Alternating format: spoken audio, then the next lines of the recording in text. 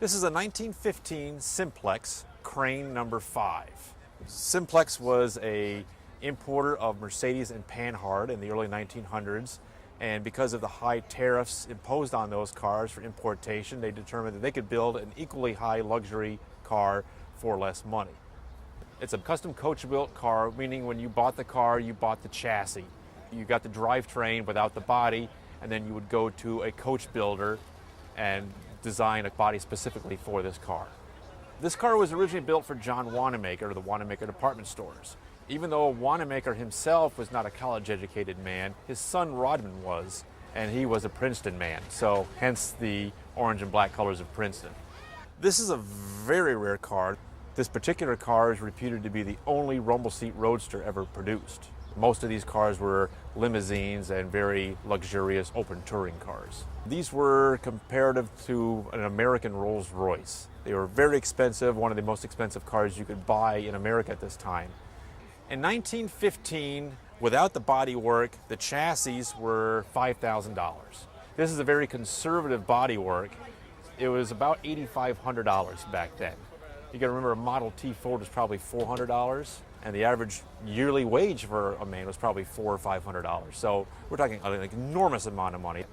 I would say, at an auction, it would probably be somewhere in the $500,000 range, but it takes two people to make an auction. Everything was very innovative, very high engineered. You see it's got tubular shock absorbers, which was almost unheard of back then. It has a onboard 4-cylinder air compressor that you can pump your tires up should you have a flat. Very innovative car, very high performance car as well. It's a 563 cubic inch 6-cylinder. It's about 110 horsepower, and through a 4-speed transmission, this car will do about 80 miles an hour or better. It's like driving a freight train. It's a big, huge powerhouse. The engine is a very huge 6-cylinder. It's 3 cylinders cast in pairs. The electric starter switch is here. Everything was very high quality, very high cast. Even the steering gearbox is made out of brass. It uses a constant serpentine tension belt for the fan, almost like a modern car today. The carburetor was their own design. It actually is regulated by a vacuum leak. It's a sealed carburetor, and you control the vacuum leak in the dashboard so you can enrichen it or lean it out while you're driving down the road. What I'm going to do is fill these little priming cups up here with gasoline. That just helps it. Just put a little bit in each one, just a thimbleful. Because there's no choke on this engine, this is going to dump raw fuel right into the cylinders and help the spark plugs fire it off better. This was a fairly common procedure for cars of this vintage.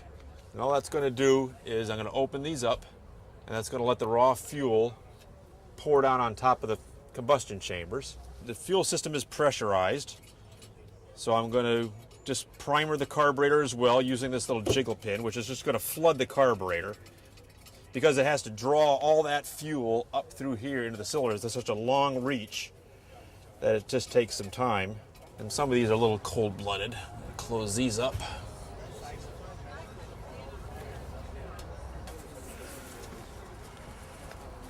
You just don't turn a key with this.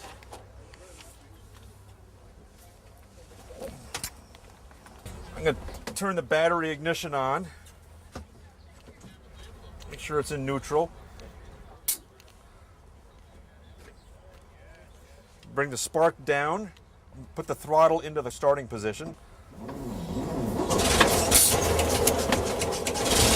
It's a noisy, fire-breathing dragon, which is what it should be on a car like this. It's not a car you're going to sneak up on somebody with.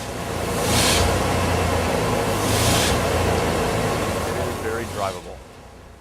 It's somewhat of a challenge, but we like a challenge.